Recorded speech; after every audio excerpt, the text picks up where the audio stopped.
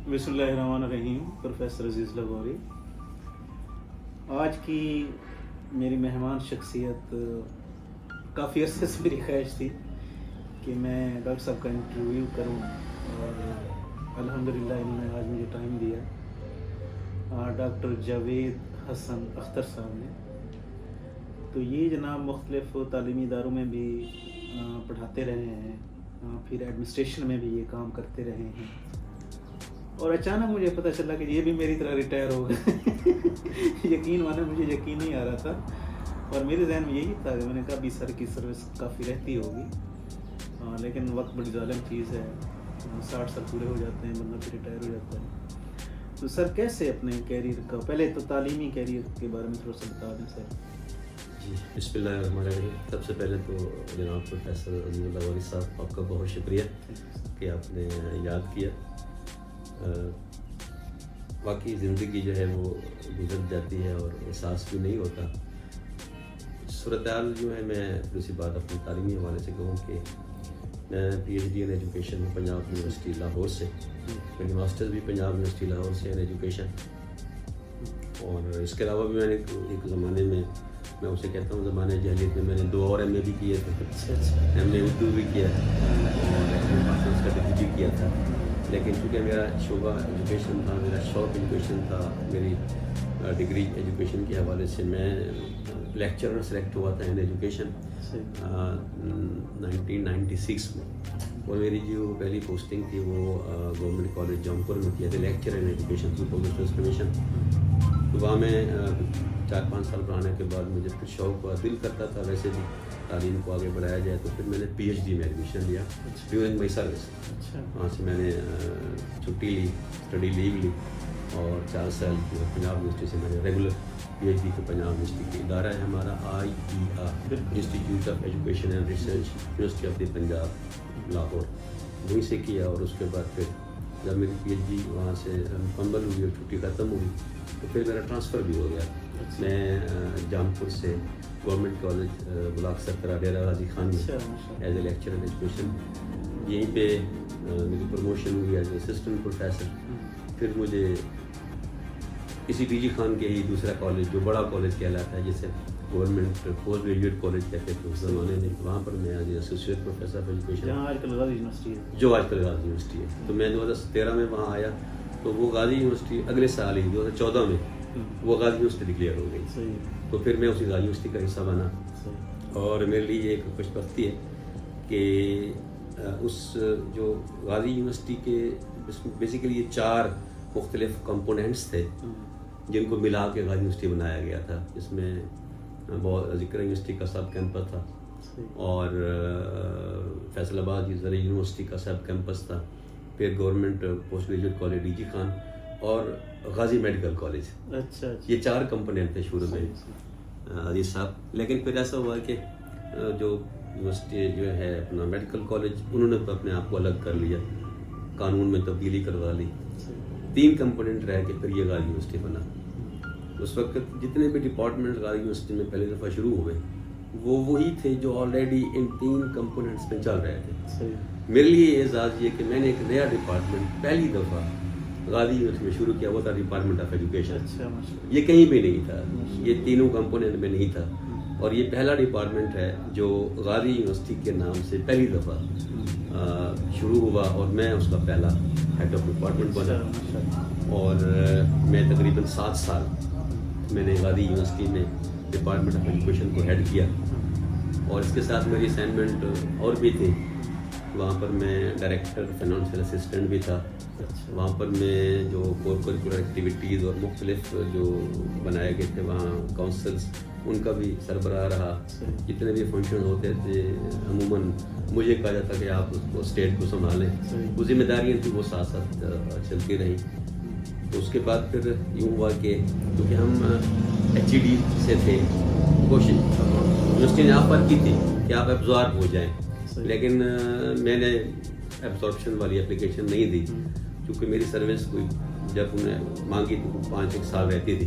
میں نہیں چاہتا تھا کہ میں اب اگلے 3-4 سال جو ہے وہ یونیورسٹی کا پارٹ بن کے اپنی پچھلی جو پیرنٹ ڈپارٹمنٹ ہے میرا HED اس کو چھوڑوں. تو پھر ایسا ہوا کہ